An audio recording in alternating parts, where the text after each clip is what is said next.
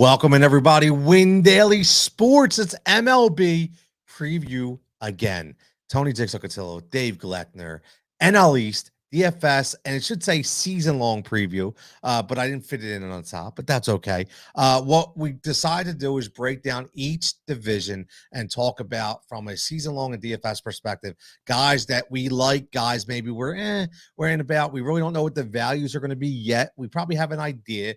If you ask us, we could probably be in that range, but these are guys you want to look at, for your upcoming fantasy baseball season. As always, code word win big for your free week. You go to windailysports.com. Make sure you're locking in. You can go to the Discord for free. You can check out the articles we had, the projection models. We'll have home run prop models again this year. We'll do a lot of fun things as well. You're going to see me and Dave a lot. Dave will be writing. Dave will be throwing some videos out there. I'll be putting some home run prop videos. Most importantly, me and Dave will be doing a show together on Thursdays and also on Sirius every Sunday morning from 7 to 9, as well as the boys. We'll have Jason and Sia on Saturdays from 5 to 7, and we'll have Joel, a cast of guys, Joel and Jason, Joel and Sia, Joel and Tony, Dave and Joel, whoever. You're going to see a couple guys on Fridays from 8 to 10. Dave, we're going to own weekends on Sirius, bro.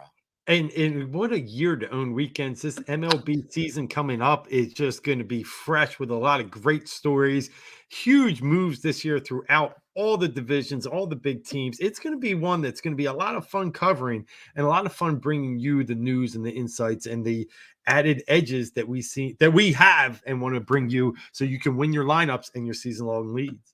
Yeah, 100%. It's going to be fun. And listen, we have to start off with the big one here, right? And we're going to keep the best for last, okay? So we get right into the NL East. And, let's just start off with the Washington Nationals. Now, listen, this is going to be easy one, okay? we're not going to predict places or anything. We're talking about players. We want to win some money on the actual players that you're going to be drafting in the next month or so, that we're going to be picking for our DFS contest. Now, Dave, one thing I want to mention, throw out this for the audience, but I'm thinking of starting maybe a 20-man weekly win daily league on DraftKings. Something small, man. You're throwing like $5 a week. You got 20 guys get in and you play for first, second place, man, every Friday. It's just whatever that lineup is for just on Fridays. I used to do it before. Shout out Mike Barner, great dude, writes for a lot of great sites. He used to run it and it was fun, man. It was like every Friday night, I knew that was MLB night. Yeah. So you just played your MLB lineup Friday nights, and it was great, man. So I think maybe we'll start something like that up for anybody who wants to get involved. But right off the bat, Washington Nationals, man. Who are we even talking about when it comes to the Washington Nationals from a fantasy perspective? Yeah, just look at the offseason real quick here because it was quick for the Nationals. They lost names. Luke Voigt, 40-year-old, probably 50-year-old Nelson Cruz. So nothing of value. They brought in a couple pieces. Dominic Smith from the Mets they also brought over Jameer Candelario from the Tigers. The third baseman started a handful of games for him. So nothing real, earth-shattering that made some waves, seismic waves across the NL East. But what we'll say going into the season for the Nats, a couple of names I like, and I know you like one I'll save for the pitching area. But on offense, Joey Meneses really came up at the end of last year and really, raised some eyebrows. In 56 games, he hit .324, hit 13 homers, 34 RBIs. He was the top prospect in their organization even before the Soto trade and everything. So I think, we got to keep an eye on him this year. I'd like him for season-long leagues. And we talked about this earlier in DFS. He has roster flexibility. He's first base, he's outfield, he's DH. So you can do a couple of things with him. And let's keep an eye on CJ Abrams this year because the 22-year-old was the key piece coming over from the Soto trade. Gonna probably, he's gonna be shortstop, on off days. They might throw him in at second base if they need to. But he's a guy that, he shined for a little bit here and there in his 44 games played with the Nats, but they're looking for big things from him. So on offense, those are two guys I could see myself with a little Dominic Smith, not in season long, but certain nights in fantasy because he does have that pop, especially from the left side. But there's not much else on this pretty bad team. No, there's not. There's not. I mean, listen, you mentioned Dominic Smith, who he has a chance to beat his teams like Adam Dunn. He's going to strike out a lot. but he's going to be a power piece in the lineup, so he'll get some pictures to hit. Victor Robles, I mean, listen, Robles to me was an FFVP monster at times. He's going to be very, very, very low owned. He's going to be very low valued. But listen, if he can give you those 3 to 7 points a night at, for $2,200, I mean, you can't do worse. Okay. I mean, you could do worse. Yeah. That's the thing, Yeah. you could do worse. But one guy I really like in a rotation, who I think is going to grow even more, is Josiah Gray. Now, obviously, listen, the guy is far from a finished piece. Okay. I think we know that. He's 25 years old, but he throws heat, he throws gas. And if you can get this guy, in 2022, last year, he did have 154 strikeouts. Yep. Okay.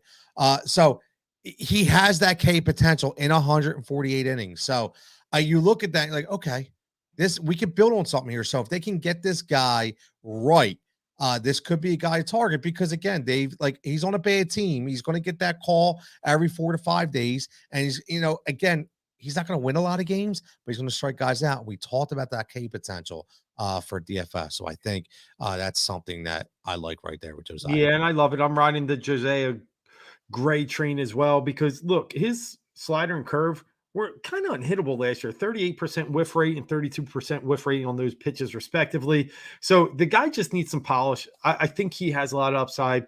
Another guy I'll look at from the staff, Mackenzie Gore, keep an eye on. When he came up late April last year for San Diego, he had 9 games where he had a 1.5 ERA. His last 8, I don't even want to talk about. And that's when he ended up getting the elbow inflammation, didn't end up pitching for the Nationals. So a guy that was, one of the top 3-4 prospects in the Padres organization did flash for about 2 months there, and then faded. And I think a lot of it had to do with the elbow. So Gray and Gore are 2 guys I'll look at in that rotation. And the one I won't is Patrick Corbin, who they're rolling back out there. Him of the 6.31 ERA and a 6-19 record. But he's due $25 million this year and $35 million next year.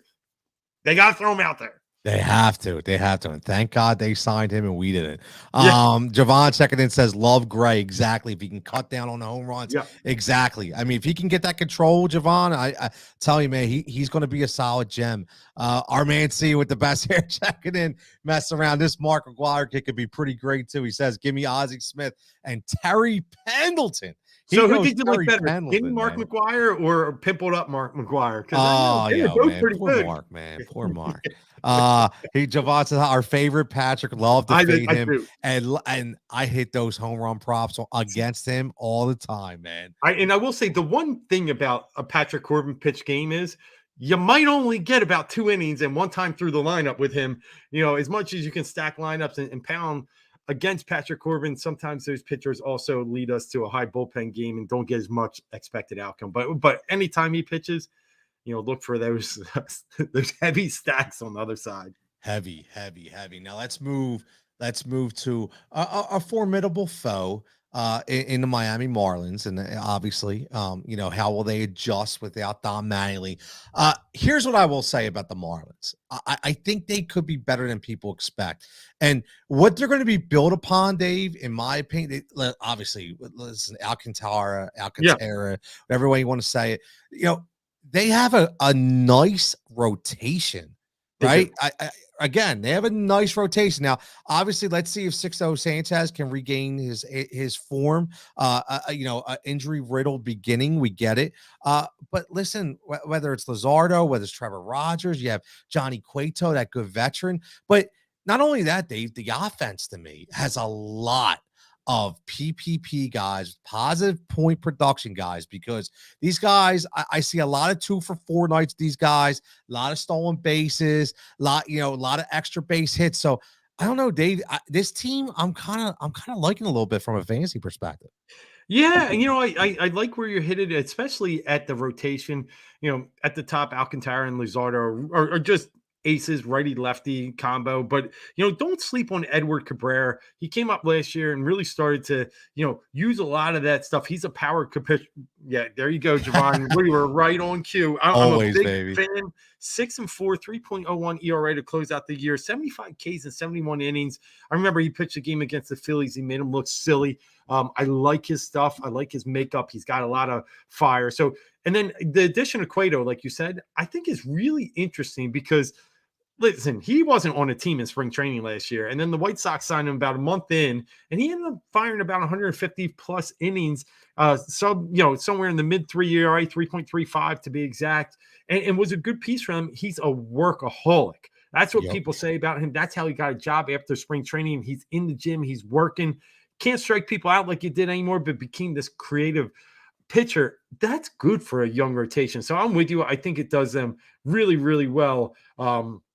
From a standpoint of, that rotation. And then, as you said, on offense, one of the biggest moves, getting Luis Reyes from the Twins. They had to give up something to get him. Pablo Lopez is a big give. And so is Jose Salas, a young 19-year-old shortstop. But Reyes could turn this team around. And what it's done, they've also brought in Gene Segura, who we know very well. Yep. And they're projecting moving Jazz Chisholm to center field because of these moves. I think the range is really bad on the infield, but they all have arms. And now putting a second baseman out in the outfield, it's going to be interesting. That's going to be stuff I got to keep an eye on. But they do have some nice bats in there, and they do have some nice fantasy sleepers.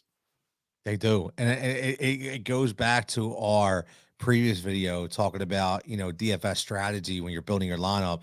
And Javon asked about, stacking bad teams, right? I don't necessarily think the Marlins are going to be a terrible team, but they're going to be a team that I don't think a lot of people are going to place a lot of emphasis on. And I think these are guys that you'll be able to get in your lineup after you take your stacks and your studs. I mean, you mentioned, listen, Gene Segura was a formidable every week between $32 and $3,800 on DraftKings. Very rarely was he above $4,000.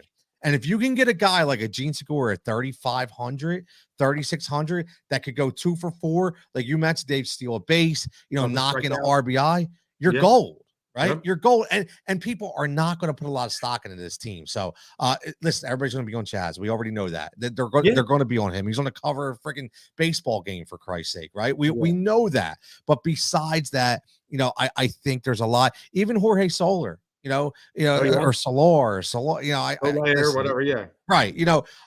Listen, I will say this. I like you said, I like Garcia a lot. Again, he's one of those, he's an FFVP guy for me, man. He does a lot. He does a lot, and he has the ability to get you that PPP every night. Who was that? This little Joey Wendell was always Joey Wendell. He was always a pain in the side and would always put up these couple games, string 3-4 hits in a game. No batting gloves. No batting gloves. Love those guys. That was the old Vladimir, bringing him back into the conversation. Yeah, man. Definitely.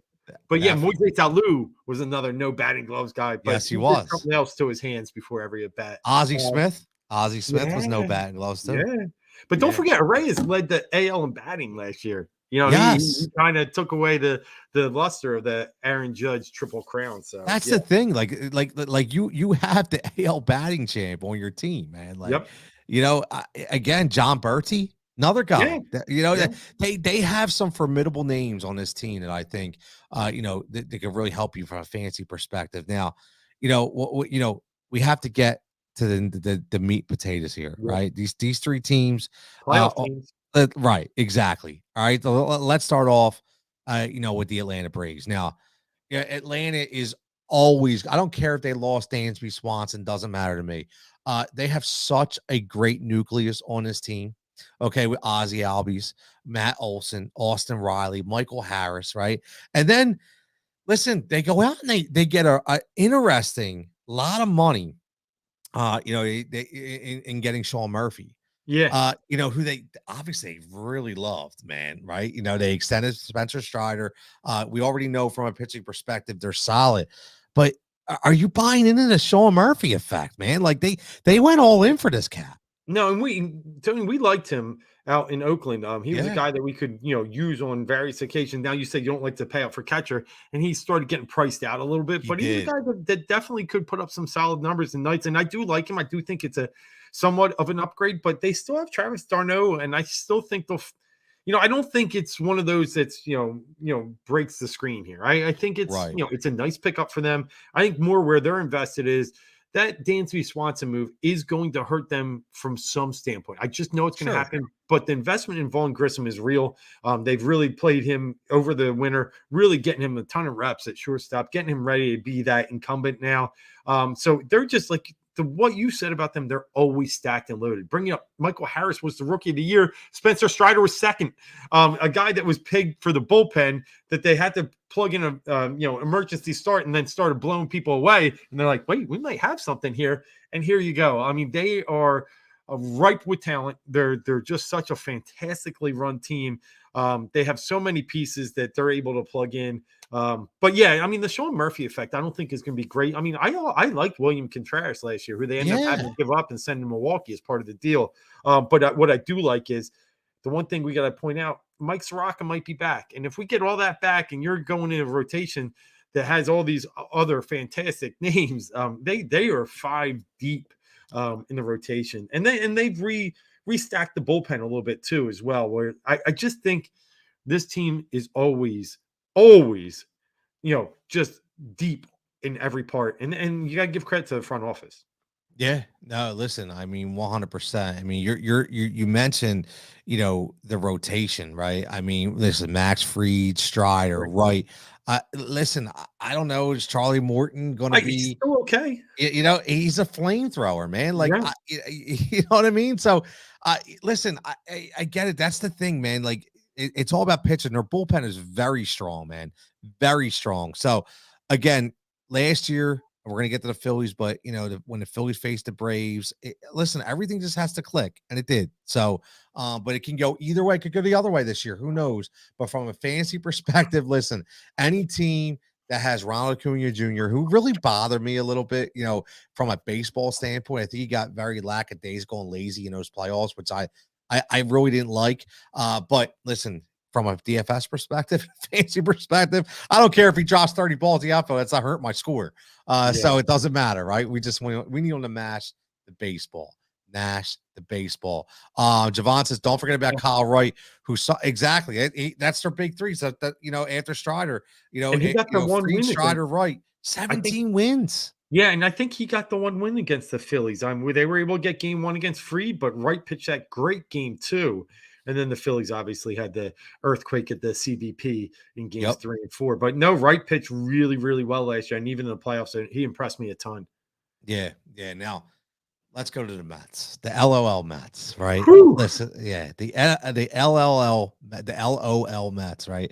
Which everybody thinks, There's a lot that they to are. digest here in this offseason. Yeah, I mean, listen, we went around and around and around like the Carlos Correa saga.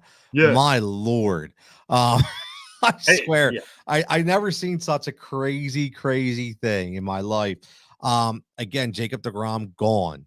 Wow. It's I'm not going to say I didn't expect it. I absolutely, expected it, right? But I think let me ask you this because the one name I'm going to start off with, and this is very important when it comes to season long fantasy. So I'll get a season long fantasy question here.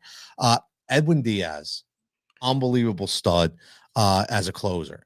Now, Dave, to me, their most valuable piece right there.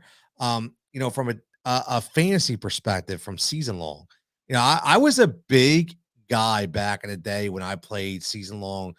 I'd have like 3 or 4 different leagues.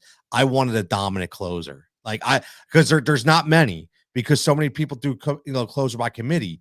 So, there's probably only 5 that are studs, and I wanted one of them. I think Edward Diaz is that guy. See that guy for you?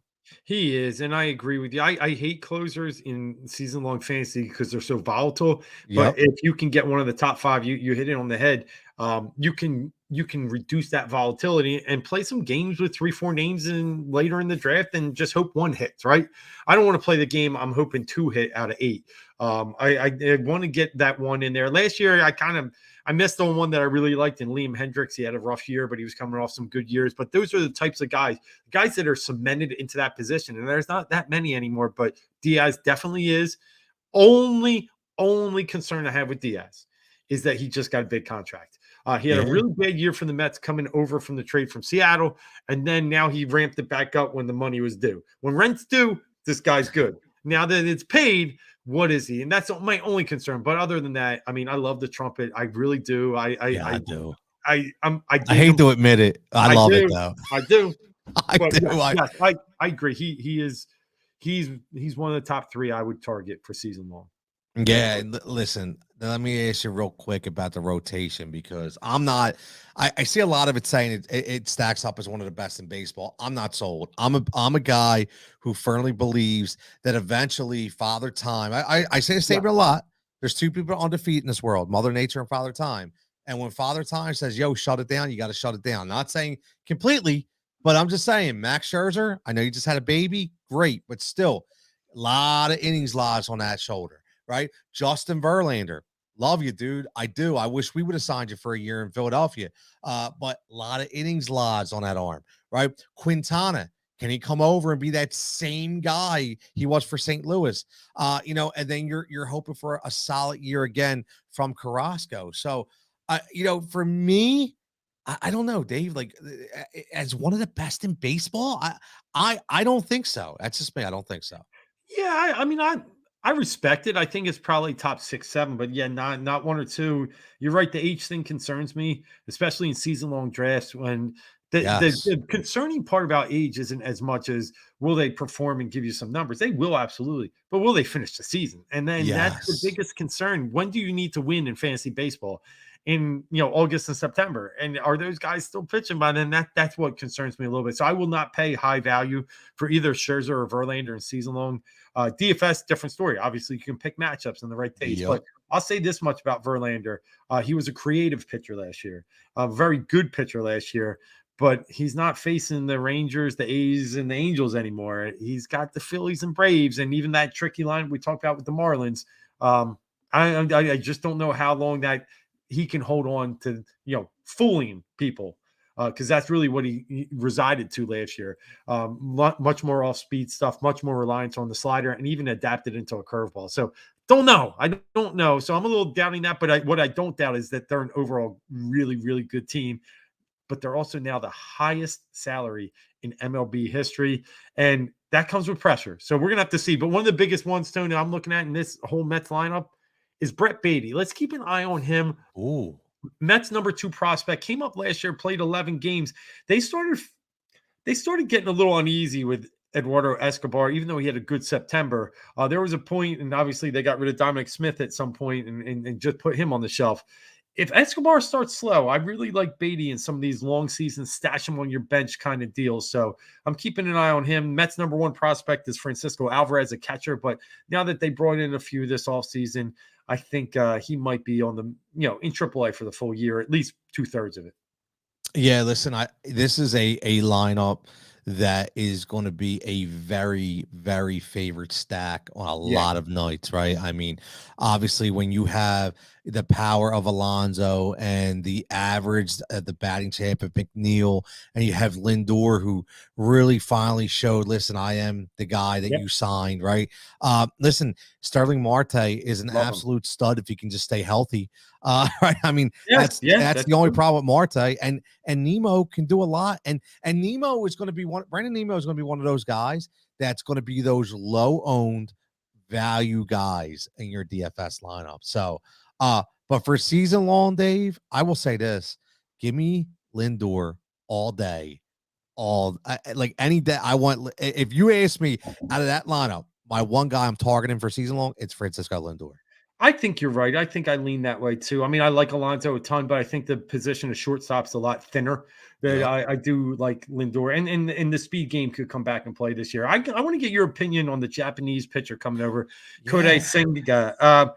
He's got this ghost forkball that they've been talking about. But one thing that we got going on, and Mark Conha, right, Javon, I was going to mention him as well. He was a Philly killer at times.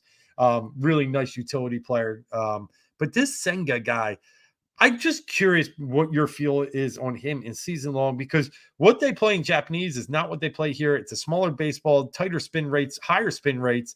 I don't know if it can transition. I go back to Daisuke Matsuyama, right? And Yep. it didn't quite transition as quickly and easily as it could have. It takes some time. Are you big on Senga? So here's what I'll say about Senga.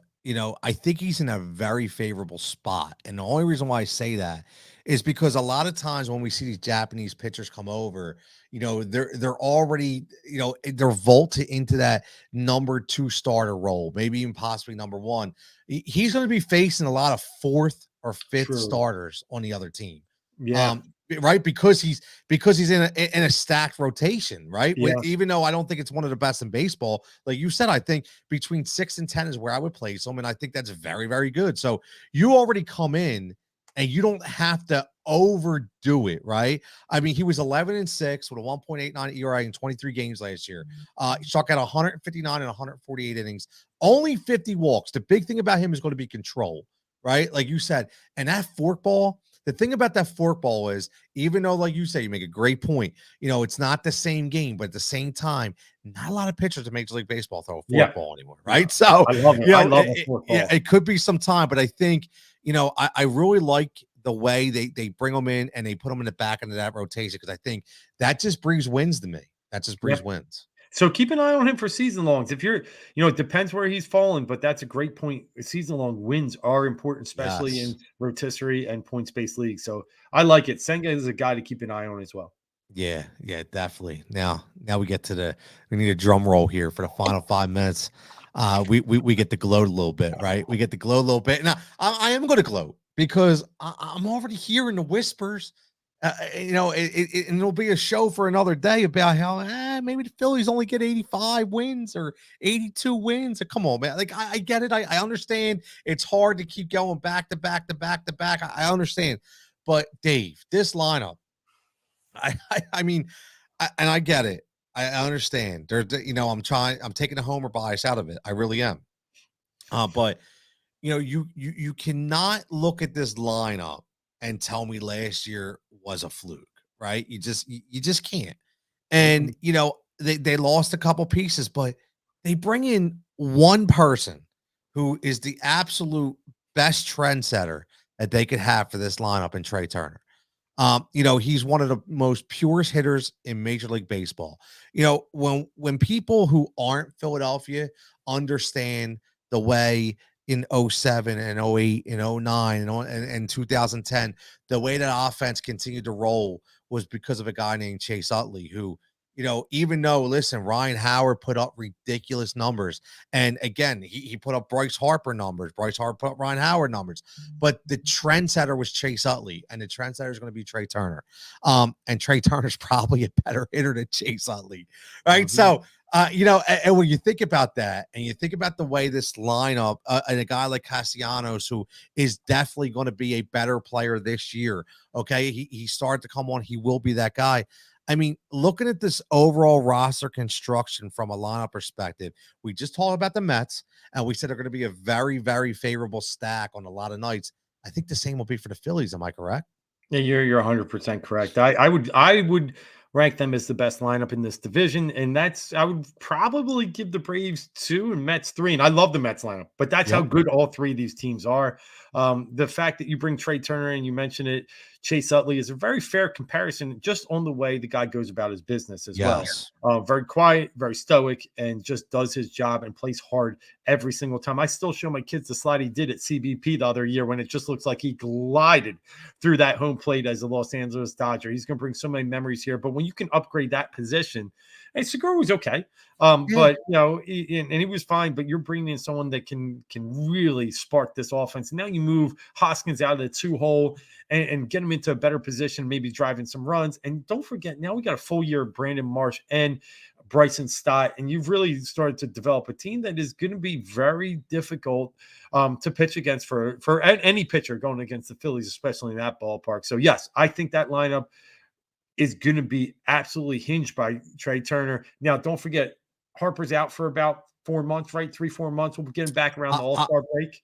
I still think that it's very unlikely he comes back before August. I do. I'm looking, but it's okay.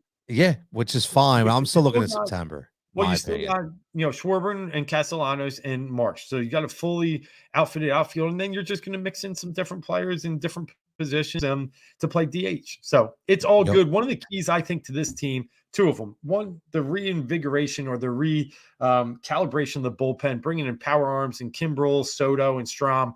I don't need them all to be good. I just need one to be a guy to mix in with Alvarado and our boy Dominguez in the back end, because the bullpen, again, was a weakness throughout most of the regular season, why people thought we weren't going to succeed in the playoffs. But bringing in those three names with three that are already in there, that are real steady forces, Philly's going to be great. And then one guy you really got to keep an eye on, a lot of people talking about him going to spring training, is Andrew Painter. The 19, 20-year-old is 13 on Keith Law's list of prospects. You got a lot of people looking at him. He had 155 strikeouts and 100 minor league innings last year, a plus fastball, plus curve. The kid is the future. He's I think he's 6'7", 215. He's a rock. One of the best pitching prospects, if not the best, in all majors. And the Phillies are being told they're rolling out a red carpet for this guy. They're going to give him every chance to make the number 5 spot. So when you got Nola, when you got Wheeler, we love our boy Ranger, and now you added Taijuan Walker, and now you're going to throw this flamethrower 20-year-old kid in there. That's a darn good rotation. Yeah, it's a great rotation, and I'm not saying that because I'm a homer, because you said the key thing.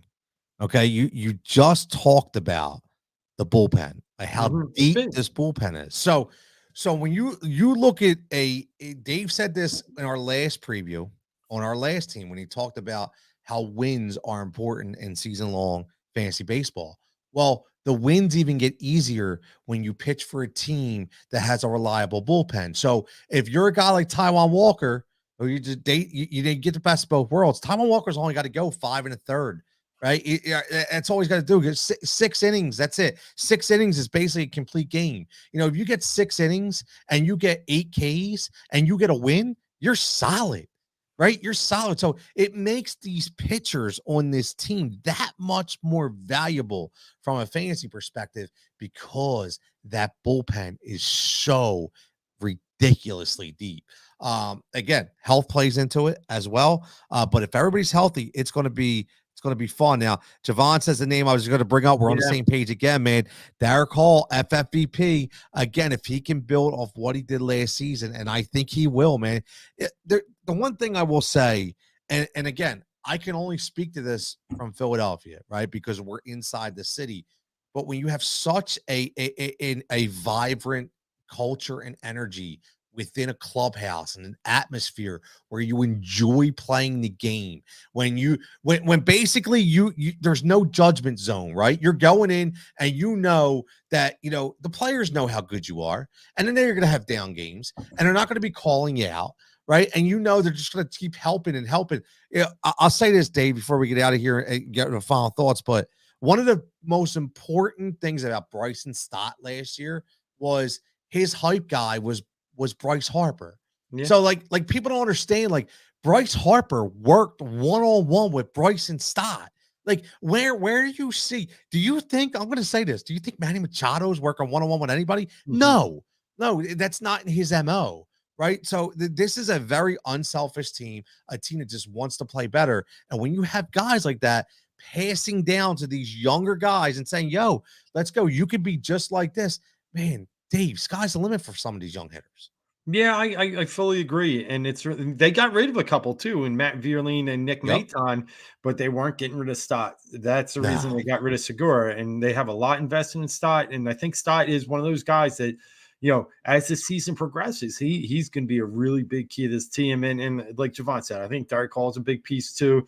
They got a lot of, utility players that can plug and play with as well. So it's gonna be a fun season for one of the best lineups in the division, and also one of the best rotations. So 85 wins, I think, is undershooting that just quite a bit with the public out there, or whoever you're hearing that from. Yeah, I think so too. And last thing I'll say about Bryson Stott, swings over to second base, not a strong position from a season-long fantasy perspective. So Bryson Stott is a guy that I'm telling everybody out there is not from Philadelphia that you'll be able to get later in your drafts that could really pay off some huge value, because he's in a lineup where, number one, he's going to score a lot of runs.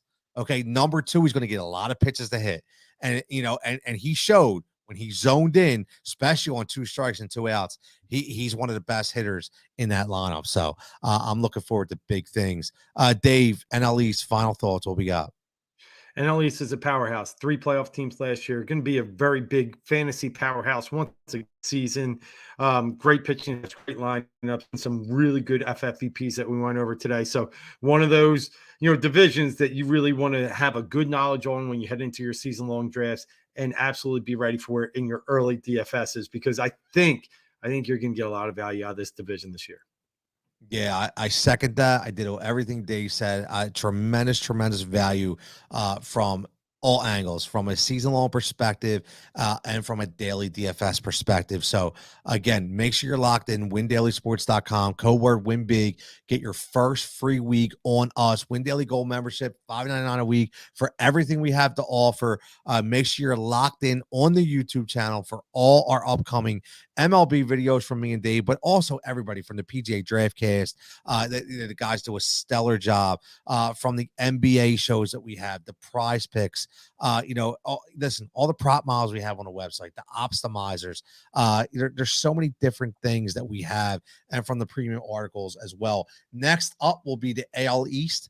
Next couple days, hop on this YouTube channel. We're going to do some more. We'll preview positions after we get through all the divisions, some season-long strategies from those positions. And then it's going to be go time. And make sure you're locked in to Sirius Channel XM, 87 XM on the weekends, man. Listen, I'll be honest with you. Win Daily Sports is owning the weekends on Sirius XM. Okay, we listen from Friday night, okay, 8 to 10 or 8 to 11. Like I said, you'll see me. I'll say you're going to hear, not like John C. You can't see me, right? You're here, whether it be me, whether it be Dave, whether it be Jason, whether it be See It, whether it be Joel. Joel making his triumphant appearance, right? On Saturdays from 5 to 7. Again, Jason and See It. And on Sunday mornings, grab your cup of coffee, make your bagel, get some toast, get some pork roll if you like, some scrapple if you're from Philly. I gotta have the scrapple, right, on a long hoagie roll from Amoroso's. For me and Dave, talking all things baseball from 7 to 9, man. We got it locked in. So everybody, as always, stay safe, stay healthy. And again, let's cash some damn tickets.